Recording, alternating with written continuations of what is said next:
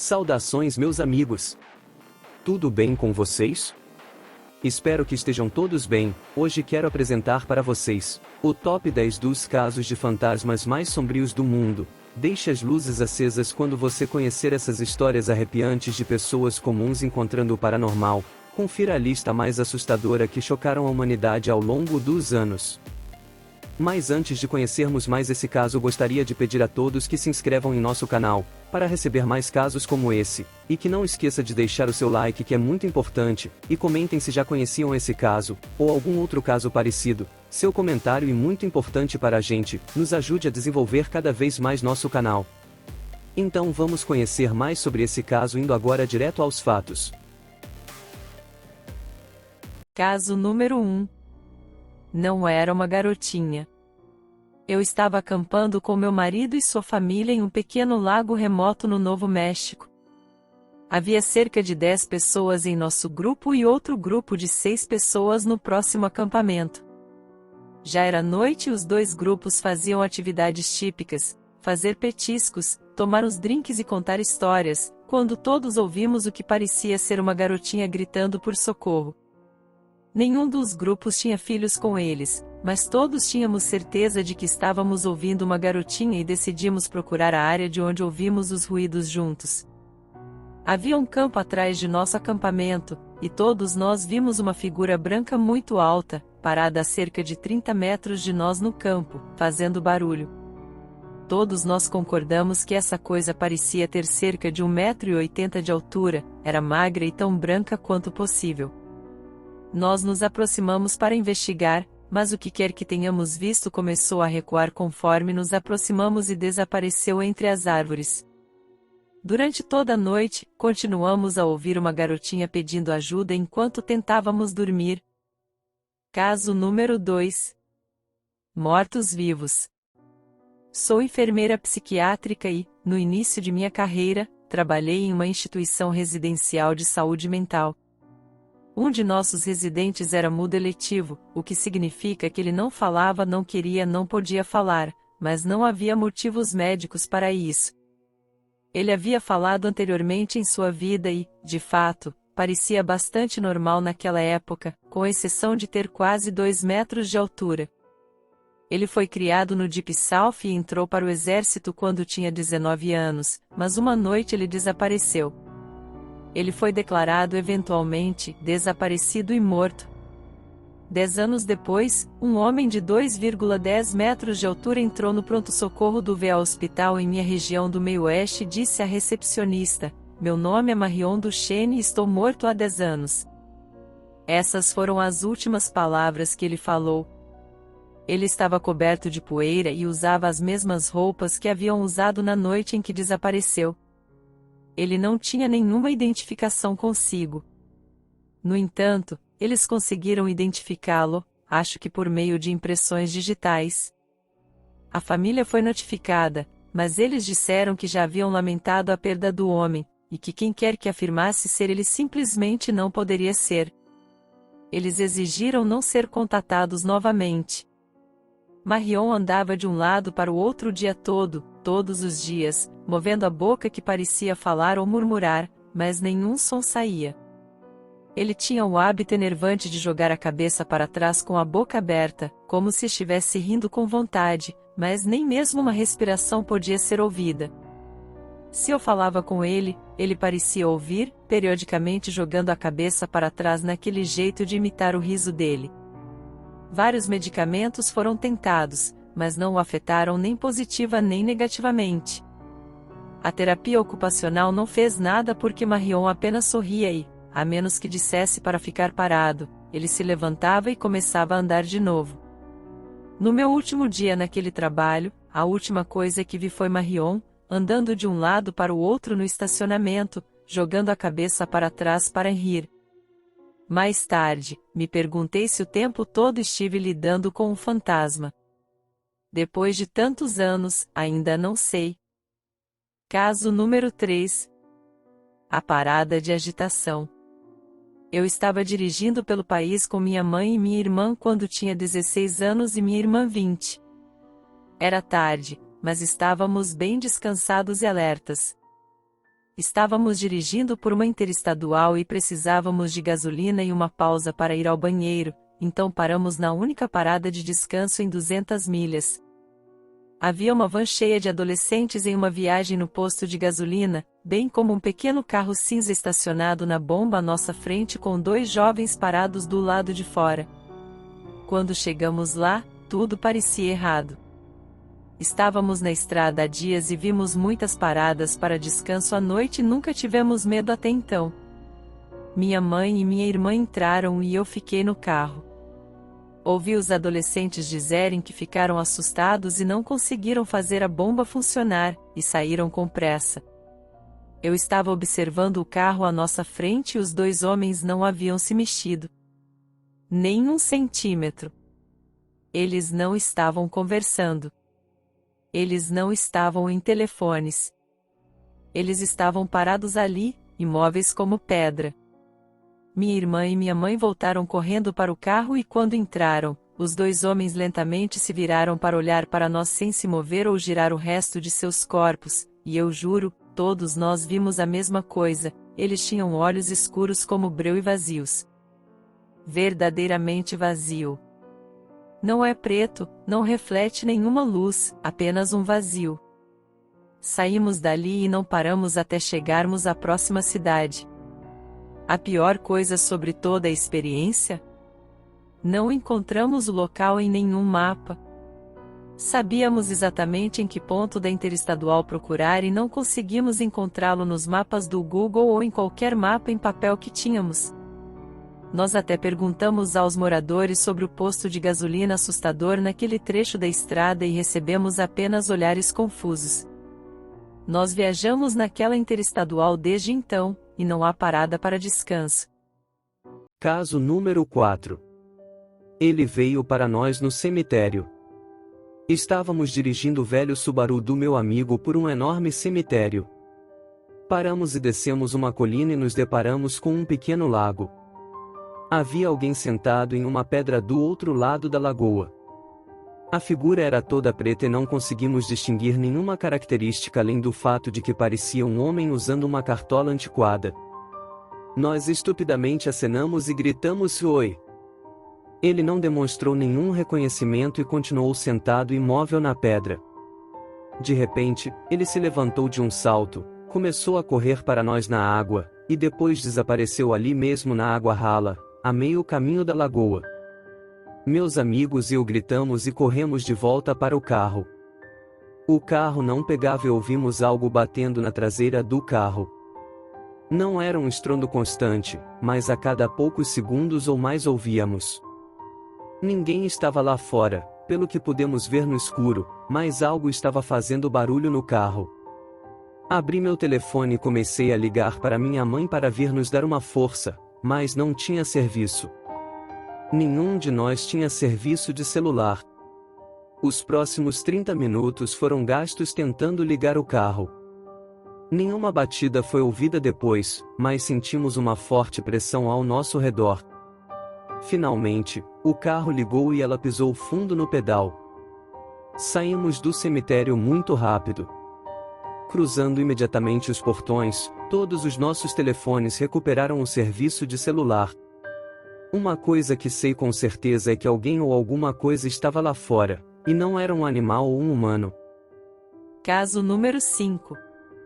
Foi bom rever um velho amigo. Quando eu tinha 37 anos, fui à reunião do colégio. Voei para o aeroporto mais próximo e aluguei um carro. A distância era de cerca de 35 milhas através de uma parte muito rural e quase abandonada do país. Cerca de 5 quilômetros fora da cidade, vejo alguém na beira da estrada, sinalizando para mim. Acontece que era um dos caras com quem eu tinha estudado. Ele entra no carro e começamos a conversar. Eu não o vi há 20 anos, mas ele ainda parecia o mesmo, talvez um pouco mais velho. Chegamos à cidade e pergunto se ele quer ir ao bar tomar um drink. Ele diz, não, apenas me leve para casa. Os pais de moravam a apenas alguns quarteirões da casa de minha avó, e virei naquela direção, mas ele disse para levá-lo até os arredores da cidade. Havia um estacionamento para trailers lá fora, e imaginei que era lá que ele morava. Eu vou para o bar, encontrei alguns dos meus antigos colegas, começamos a conversar. Enquanto conversamos sobre quem virá à reunião, mencionei que acabei de pegar Jim 3 milhas a leste da cidade e o deixei em casa. Todos ficam quietos, até o cara que canta no karaokê para ir abaixo o microfone. Meu primo fica branco como uma camiseta nova. Barb, Jim morreu naquela curva há 8 anos. Ele capotou o carro. Estávamos todos em seu funeral, disseram-me. Comecei a me sentir muito tonto e fui até o carro para respirar fundo algumas vezes. Ali no banco está o jornal local, impresso 8 anos antes, contendo o obituário de Jim. Eu ainda tenho o papel. Caso número 6. O inferno não tem fúria como uma mulher desprezada. Depois que nos mudamos para nossa casa, fomos informados de que uma mulher havia morrido ali nas mãos de seu marido abusivo. Ela odiava homens.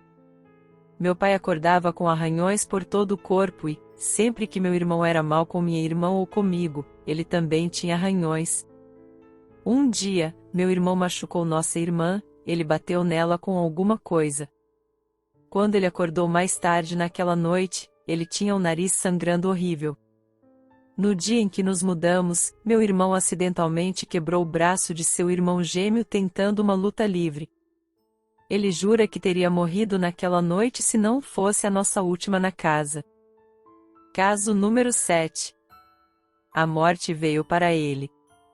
Eu estava no quarto dos meus pais, conversando com meu pai muito doente na época. Ele estava morrendo de câncer de esôfago em estágio 4. Tive a sensação de que algo estava atrás de mim. Olhei para a porta da sala de estar e algo estranho totalmente preto está espreitando na esquina, com as mãos no batente da porta. Eu corri em direção a ele, e ele deslizou de volta para a porta. Quando saí pela porta, não havia nada. Meu pai ficou completamente confuso quando voltei para dentro da sala quando contei a ele. As pessoas que ficaram em minha casa nos últimos dias de meu pai afirmaram tê-lo visto. Minha mãe viu a figura em várias ocasiões em vários lugares até ele falecer. Não o vimos desde então. Caso número 8. Minha mãe atraiu o mal. Depois que meus pais se divorciaram quando eu era adolescente, morei com minha mãe. Eu experimentei muitos acontecimentos paranormais. Várias vezes, quando eu estava lendo na minha cama, o quarto começava a parecer realmente gelado. Em seguida, seria como se algo ou alguém, que me odiasse estivesse olhando para mim. Quando eu tinha essa sensação, saía da sala e voltava 1 hora depois. Às vezes, durante o dia, eu via uma sombra se esgueirando pelas paredes do meu quarto. Algo no apartamento estava fingindo ser meu cachorro. Entrei no meu quarto e ouvi um rosnado profundo debaixo da cama. Meu cachorro não era capaz de fazer um barulho tão profundo. Parecia um cachorro realmente grande ou um homem fazendo sua melhor imitação de cachorro. Outras vezes, meu cachorro choramingava e andava de um lado para o outro no quarto ao lado do meu, mas não atendia quando chamado, como se estivesse com medo de algo no corredor. Quando fui morar com meu pai, a atividade paranormal parou. Caso número 9. Despejado por um fantasma. Pouco depois da faculdade, me casei. Imediatamente nos mudamos para um apartamento no porão porque era tudo o que estava disponível dentro do nosso orçamento. Este lugar tinha um poltergeist e minha esposa estava apavorada. O que quer que residisse ali conosco deixava claro que queria viver sozinho. Pratos, copos e outros itens voariam da prateleira. Minha esposa foi espancada várias vezes. Sempre havia uma sensação sinistra como se estivéssemos sendo observados. À noite, quando caminhávamos pelo apartamento no escuro, havia flashes de luz insanamente brilhantes que iluminavam toda a sala. Uma noite, enquanto íamos para a cama, assim que minha esposa e eu entramos no quarto, ouvimos uma voz do nada dizer: "Meu nome, mova-se." Minha mulher olhou para mim, eu olhei para ela e falei bem alto: você conseguiu, cara. Nós nos mudamos 2 dias depois e ficamos com a família. A velha dona do lugar morreu alguns meses depois, e a casa foi demolida. Ainda é um terreno baldio até hoje, nada além de grama e uma árvore. Eu ainda dirijo por ele de vez em quando. Caso número 10. A Marcha da Morte. Meu pai trabalhava como agente penitenciário em uma prisão rural. Ele dirigiu o perímetro da propriedade durante todo o seu turno, onde verificaria prédios vazios em busca de presidiários fugitivos. Geralmente era um trabalho chato. Uma noite, meu pai estava estacionado em uma colina lendo uma revista quando começou a sentir um latejar no corpo. Ele o descreveu como a sensação que você tem quando os alto-falantes tocam uma música com graves realmente pesados. Ele largou a revista e olhou pelo espelho retrovisor, onde viu alguém do lado de fora da caminhonete. Ele pegou sua pistola e saltou do caminhão com a arma em punho. Fora do caminhão, ele percebeu que era uma procissão de nativos americanos caminhando pelo caminhão, apenas para desaparecer no local exato em que estava sentado. Ele disse que estava claro que eram fantasmas porque muitos deles pareciam feridos. Isso continuou por alguns segundos e então toda a procissão desapareceu. Ele ligou para o outro cara do perímetro em seu walkie-talkie para tentar explicar, e o outro cara quase imediatamente parou de se comunicar. Acontece que o outro cara já tinha visto isso acontecer antes, mas não acreditava em fantasmas, então ele não falava sobre isso. E para finalizar, um caso bônus para vocês. O quarto do demônio. Trabalhei como enfermeira forense na unidade de internação de um hospital. Tínhamos uma senhora mais velha que jurou que estava sendo assombrada e abusada por um demônio que ela chamaria de Tibério. Tantas coisas malucas aconteceram enquanto ela estava na unidade. Nós íamos para o quarto, fazíamos os cuidados normais, saíamos e, segundos depois, ela começava a gritar. Nós corremos para a sala para encontrá-la parecendo ter lutado com um campeão de boxe, lábios sangrando, olho roxo, marcas por todo o corpo. Ninguém nunca viu fazendo essas coisas para si mesma. As coisas se moviam pela sala sozinhas. A certa altura, ela estava em restrições de proteção porque o médico achou que ela estava se machucando. Não havia como ela ter se movido ou feito qualquer coisa enquanto estava nessas restrições, mas novas marcas sempre apareciam ou sua bandeja de carrinho ficava do outro lado da sala. A sala era segura, então não havia como outra pessoa fazer isso. Quando fazíamos perguntas, ela apenas dizia: "Foi Tibérios." Depois que ela teve alta, sempre tivemos problemas com aquele quarto. Se haveria uma resposta rápida ou código, aconteceu naquela sala. Uma noite, um guarda relatou luzes piscando. Era aquele quarto. Eu agradeço a sua atenção e o interesse pelo vídeo, e convido você a deixar um comentário sobre o que achou. Nosso canal é dedicado a investigar casos sobrenaturais e mistérios sem solução, com rigor e seriedade. Seu feedback é muito importante para nós, pois nos ajuda a melhorar nosso conteúdo e a alcançar mais pessoas. Se você ainda não é inscrito no canal, aproveite para se inscrever e ativar as notificações, assim você não perde nenhuma novidade. Se você gostou do vídeo, por favor, deixe um like e compartilhe com seus amigos que também se interessam por esses temas. Um forte abraço a todos, cuidem-se e até a próxima.